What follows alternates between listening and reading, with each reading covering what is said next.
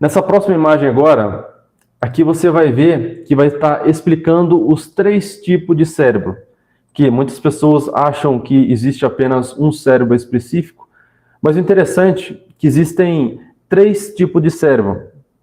O que eu quero dizer com isso? Existe, primeiro, o cérebro 1, o cérebro 2 e o cérebro 3. O que seria o cérebro 1? O cérebro 1 está representado ali como o largato. Nós, dentro da neurociência, entendemos o cérebro 1 como o cérebro reptiliano. Qual que é o cérebro reptiliano? Quando nós falamos de reptiliano, nós estamos levando em consideração que é um lado mais animal, um cérebro mais voltado a um lado irracional. É apenas na reação, não é pautada na base da decisão e do raciocínio, mas sim sobrevivência e reação, conforme você vai estar vendo nessa imagem. Então, é apenas um lado do nosso cérebro que pauta mais ou menos aqui, como se estivesse descendo aqui para a coluna, que é o lado mais irracional, é apenas a sobrevivência, a reação. Se você for hoje num lugar, por exemplo, numa selva, e tiver lá diversos leões, naquele lugar, se você pisar naquele chão e tiver diversos leões lá, eles vão entender que você é uma ameaça, porque ele é um animal irracional. Então, o que ele quer? Ele quer sobreviver e reagir. Então, tudo aquilo que é ameaça para ele, ele vai reagir e dependendo das consequências que tenham. Então, ele vai por impulso. Já o outro cérebro aqui do ser humano, que é considerado que se apelidou aqui nessa imagem como o cachorro, ou seja, a emoção e o medo.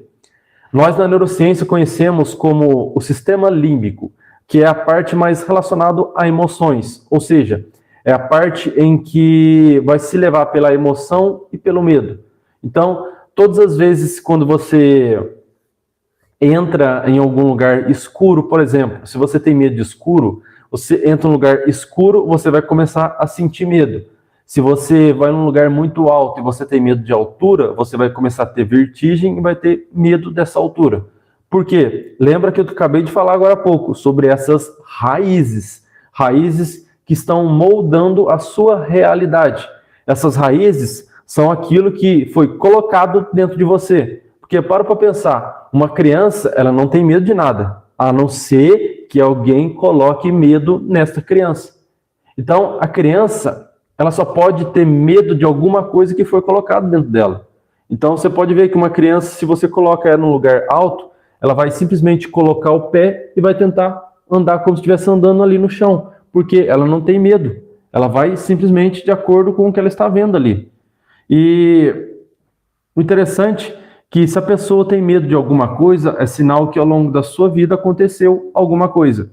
Então aqui entra a importância que eu acabei de falar, de você conhecer as suas crenças lá atrás, de conhecer aquilo que você viveu lá atrás, que é isso que está moldando a sua realidade, que são as suas crenças e toda a sua identidade que foi estabelecida lá atrás. Então, a próxima etapa aqui é o cérebro 3, que está ligado mais ou menos aqui, que é a parte que nós conhecemos como córtex pré-frontal, que é conhecido então como CO, que é C de córtex, o E, que é do córtex pré-frontal, e o O. Então, é relacionado mais à razão, o planejamento. Então, todas as vezes, por exemplo, se você vai falar em público, se você tem, de certa forma, um medo de falar em público, naquele momento vai se passar, através da situação daquele momento, vai passar uma mensagem para o seu cérebro que aquilo ali é perigoso. Passando essa mensagem que é perigoso, o que o seu cérebro vai entender? Vai liberar hormônios ligados ao medo e vai disparar a reação de medo. Disparando a reação de medo, o que você vai fazer quando você estiver em cima de um palco? Ou você vai sentir, ou você vai travar do nada, ou você vai ficar com vergonha, ou você vai sair correndo, ou você vai desmaiar, e diversas outras reações que muitas pessoas têm. Porque o medo de falar em público é a segunda maior causa de todas as pessoas no mundo. Só perde para a primeira, que é a própria morte. Então, o córtex pré-frontal é ligado à razão e ao planejamento. Então, Sempre quando você traz a razão e o planejamento, você está ligando essa parte central, que é a parte do raciocínio da sua mente.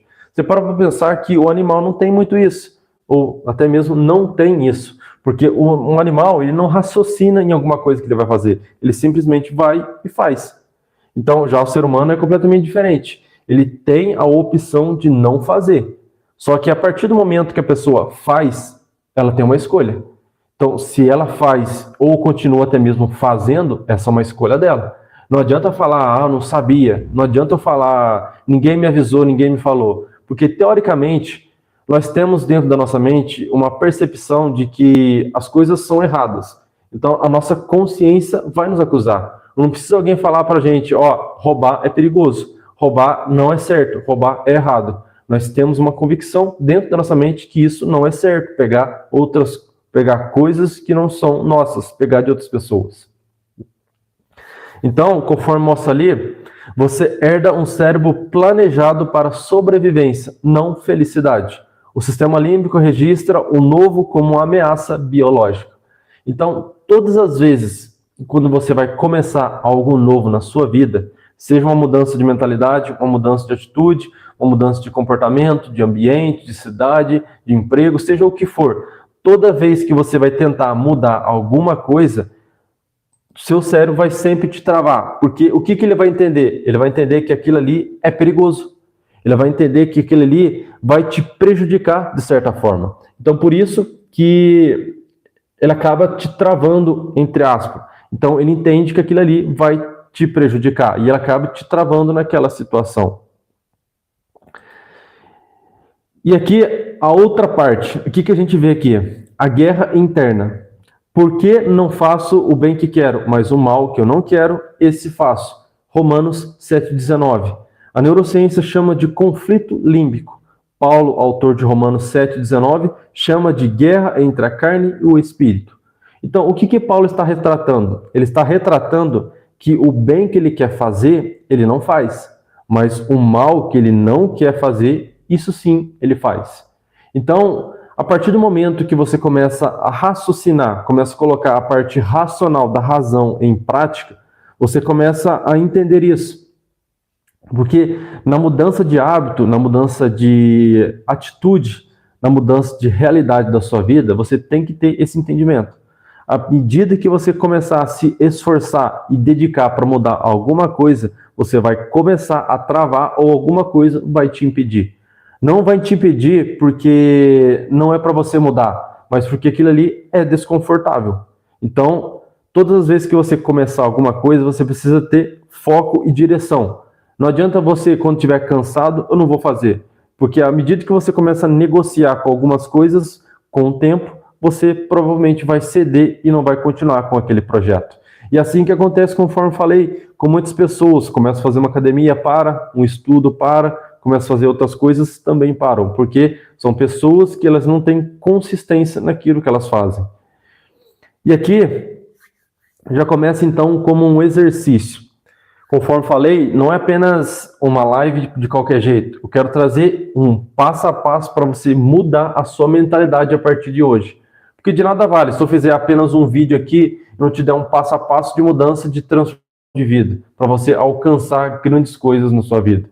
Então, se você tiver um caderno aí, já anota. O primeiro exercício é, nos próximos 3 dias, ao resistir a algo, anote.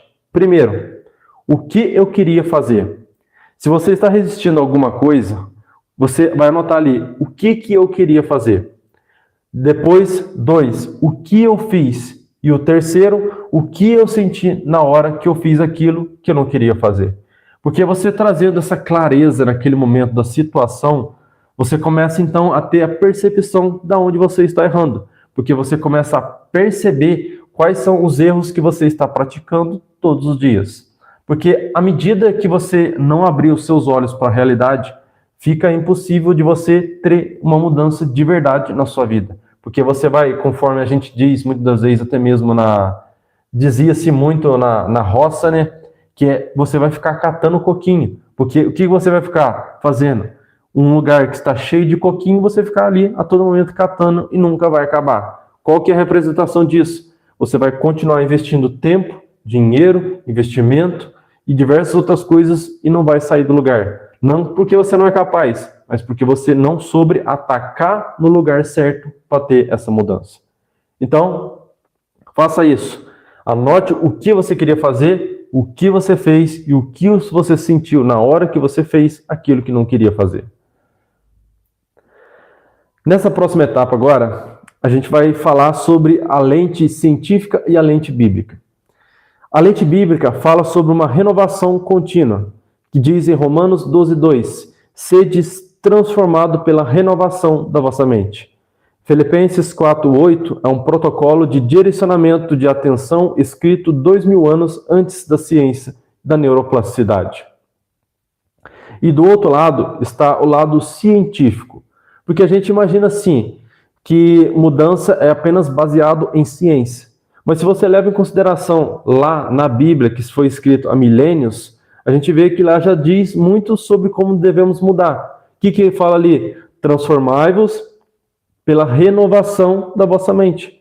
O que seria transformar pela renovação da vossa mente? Você precisa mudar sua mentalidade para você também se transformar. Então, tudo começa com uma transformação de uma mentalidade. Se você quer alcançar objetivos, se você quer conquistar coisas, você precisa transformar a sua mentalidade. Mas como se transforma a mentalidade? Você conhece a sua mente? Você conhece como ela age? Você conhece suas emoções? Você sabe quando você está começando a ficar com raiva? Porque uma coisa é você saber quando você está com raiva e quando alguma coisa está te induzindo a estar com raiva. Uma coisa é você estar totalmente feliz e quando alguma coisa está te conduzindo também a ficar feliz. São esses pequenos gatilhos, quando você descobre eles, você começa então a ajustá-lo da maneira correta. Porque se você tiver felicidade demais, é prejudicial. Se você tiver tristeza demais, é prejudicial. E por aí vai. Então, o que está mostrando aquela imagem ali? Está mostrando sobre a mielinização. O que seria a mielinização? Para quem conhece ou para quem não conhece muito, levando em consideração que esse vídeo é para pessoas iniciantes, então vou estar explicando de uma forma também iniciante. O neurônio, conforme você vê nessa imagem, isso aqui é um neurônio. Imagina a minha mão sendo um neurônio e o meu braço sendo o corpo desse neurônio, conforme está mostrando ali. Então, os meus dedos são as ramificações do neurônio. Então, são esses pequenos, como que eu posso dizer, esses pequenos galinhos que estão ali dentro do neurônio. E aqui é o núcleo do neurônio, que é aquela bolinha que você está vendo no próprio neurônio. Toda vez que a gente começa a aprender alguma coisa, a gente começa a ligar um neurônio no outro. Imagina que aqui é um neurônio e aqui é outro. Então, eu começo a aprender alguma coisa, os neurônios vão se conectando até chegar a um ponto e conectar. Conecta as perninhas e ficam todas juntas. Isso é uma conexão de neurônios. Então, passou-se uma informação que eu aprendi daqui para aqui, e aqui aprendeu também com essa informação, e através desse aprendizado, fica mais profundo aquilo que eu aprendi. Então, fica mais difícil de esquecer. Então, sendo aqui a minha mão um neurônio, aqui o que nós chamamos na neurociência de dendritos, que são essas pontinhas, esses galinhos do neurônio, e aqui o núcleo, então aqui seria a cauda do neurônio. E o que está envolvendo essa cauda do neurônio é o que chamamos de bainha de mielina, o que chamamos ali também de mielinização, que é como se fosse uma lubrificação do neurônio. Porque toda vez que eu passo uma informação de um neurônio para outro neurônio, naquele momento ali está acontecendo a troca de energia. Então, está correndo uma energia nesse neurônio passando para o outro neurônio. E à medida que eu vou fortalecendo essa cauda do neurônio, fica mais forte essa conexão e fica mais fácil, então, nessa transmissão desse conhecimento mais rápido, de forma também mais eficaz. Então, se conectam neurônios e tem essa transferência dessa situação. Então, a neuroplasticidade funciona dessa forma. O que seria a neuroplasticidade? A neuroplasticidade seria basicamente, uma linguagem mais simples, seria como se fosse um aprendizado. como se fosse uma nova adaptação em alguma coisa. Por exemplo, se eu estou começando um hábito de fazer dietas, eu quero fazer dietas e eu quero permanecer consistente. O que a neuroplasticidade faz? Se você começa a praticar todos os dias, depois de um ano, automaticamente aquilo se transformou em um hábito. Se transformou em um hábito, houve ali então uma neuroplasticidade, que foi então um aprendizado que aquilo ali você faz automaticamente. Então você muda uma rota, você sai de uma rota, conforme você viu ali na imagem, uma rota difícil, que era o velho hábito, e vai para o novo hábito, que é uma rota mais fácil. Embora estejam indo para a mesma direção, mas são caminhos mais difíceis. O velho hábito é um caminho tortuoso, provavelmente um caminho cheio de buracos e também cheio de matos, cheio de árvores. Já o novo hábito, é um caminho novo, uma estrada reta. E o interessante é que ali tem aquela linha tracejada e tem a linha de dupla. Se a gente pega hoje na fiscalização de trânsito, aquela linha tracejada pode representar então como uma oportunidade à ultrapassagem. Então, você pode até mesmo nessa linha reta ir até mesmo mais rápido. Se tiver outra coisa ali te atrapalhando, você ultrapassa e vai mais rápido, porque você pode ultrapassar naquele lugar. E assim é então a construção de um novo hábito, porque a partir do momento que você constrói um novo hábito, o velho hábito morre e esse caminho se fecha, impedindo de você voltar novamente para aquele lugar. E ali fala, o princípio de Webb, de 1949, neurônios que disparam juntos se conectam juntos. O cérebro muda fisicamente com repetição. Os hábitos são estradas pavimentadas com mielina. Então, os hábitos, eles são pautados com repetição. Toda vez que você quiser mudar alguma coisa na sua vida, você precisa repetir constantemente. E tem uma frase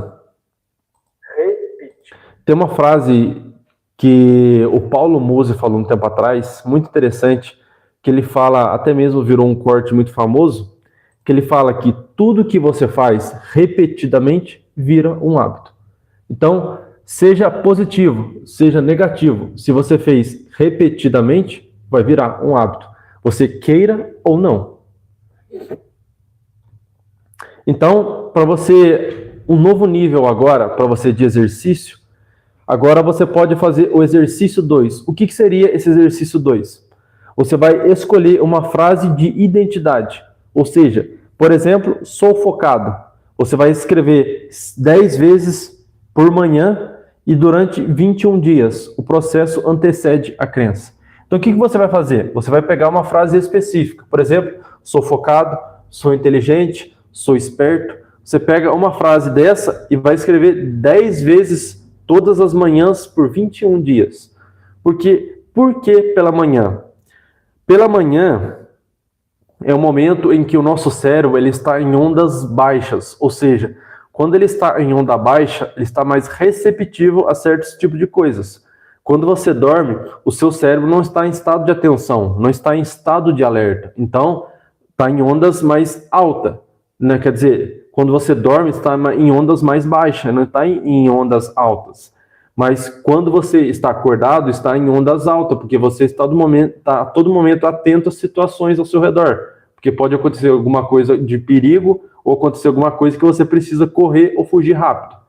Então, pela manhã, o seu cérebro já fez todo aquele processo de limpeza do sono, que nós chamamos do sono REM, que é Rapid movimento rápido, mais ou menos.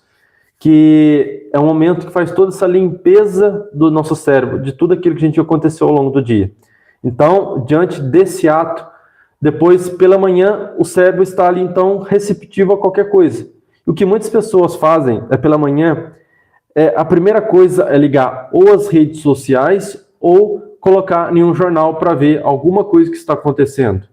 E o interessante é que geralmente, em cidades grandes, a gente vê que o jornal pela manhã não vai passar coisas boas. Provavelmente ele vai passar coisas ruins que aconteceram até mesmo na noite passada ou no dia anterior. Então, conforme um tempo atrás eu tive em São Paulo, e o interessante é que pela manhã eu vi no noticiário lá que já estava tendo um acidente de trânsito. Era em volta por 5 horas da manhã, mais ou menos 5h30 por aí. E já tinha acidente de trânsito. Então, se você liga no jornal nesse exato momento, você vai ver já uma desgraça logo pela manhã. E qual que é a probabilidade que o seu dia seja bom? Sendo que logo pela manhã você já se abasteceu de coisas ruins. Qual que é a probabilidade que o seu dia seja bom? Então, você tem que fazer escolhas corretas. Quais são os hábitos que você está criando? Qual a repetição que você está criando todos os dias para ter a vida que você quer? Então não adianta você falar, se Deus quiser, eu vou conquistar. Não funciona dessa forma. Você tem que construir uma realidade para assim você poder alcançar essa realidade. Então faça esse exercício número 2 e você vai ver já começar uma mudança na sua vida.